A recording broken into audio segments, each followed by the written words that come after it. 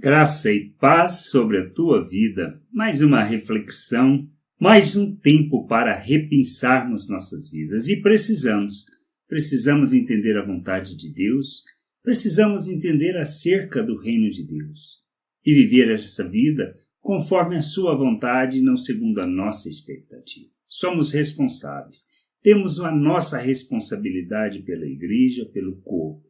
E a gente precisa olhar a igreja não na perspectiva ou na expectativa de que atenderá às nossas necessidades, que suprirá as nossas carências.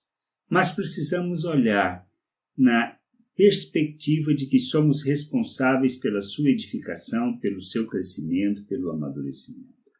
Maturidade vem à medida que compreendemos que nós somos responsáveis pela vida uns dos outros, pela edificação da vida uns dos outros. E que precisamos crescer e entender a vontade de Deus e sermos instrumento dessa vontade. Não existe outra maneira de crescermos, não existe outra maneira de revelarmos aquilo, a obra, o que Deus fez em nós, um novo ser, a nova criatura, um novo coração que recebemos da vida de Deus que temos, que não quando assumimos a responsabilidade pela edificação da igreja. Paulo fala sobre isso mesmo diante do fato de que ele estava defendendo o seu ministério em sua segunda carta aos Coríntios. Mas ele fala assim lá no capítulo 11, verso 1 e 2, ele diz assim: quisera eu me suportasseis um pouco mais na minha loucura. Suportai-me, pois, porque zelo por vós com o zelo de Deus, visto que vos tenho preparado para vos apresentar como virgem pura a um só esposo que é Cristo. Para vos apresentar como virgem pura a um só esposo. Esta é a visão, esse é o entendimento que ele tinha da igreja, da comunidade, daquela família, de prepará-los com todo o zelo como esposa para Cristo. Esse é o nosso papel. Essa é a nossa responsabilidade e precisamos enxergar. Somos responsáveis por preparar a família de Deus, somos responsáveis por conduzir as pessoas à maturidade, ao conhecimento do Pai, ensiná-las sobre isso, despertar o desejo de aprender, de querer conhecer, de abandonar, de deixar o pensamento natural e viver neste mundo segundo a vontade de Deus. Precisamos crescer, amadurecer, precisamos ser expressão do Pai neste mundo, ser luz neste mundo e conduzir todos à vontade do Pai. Não existe outra maneira, não existe outro jeito de ser e de fazer que não vivendo e expressando a vontade do Pai neste mundo.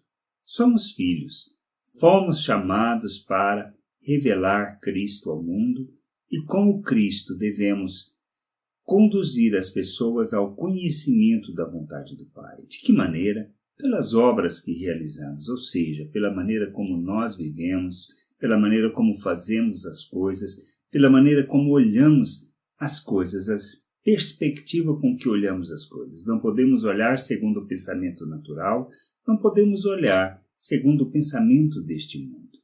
Precisamos amadurecer e entender que a nossa vida deve e tem que ser uma oferta em favor das pessoas.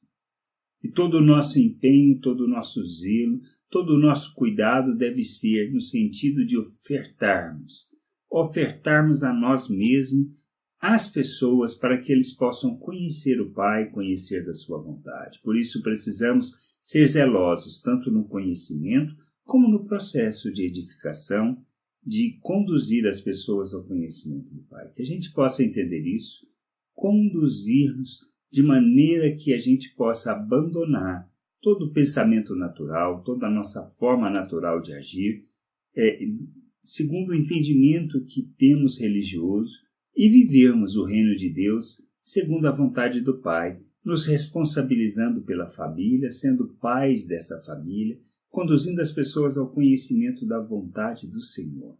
Que a gente possa crescer, amadurecer e ser expressão do Pai neste mundo, de maneira que, sendo luz, as pessoas possam ver as obras que praticamos e glorificar o Pai. Que a gente entenda isso, compreenda a vontade dele e nos submeta a essa vontade. Graça e paz sobre a tua vida. Amém.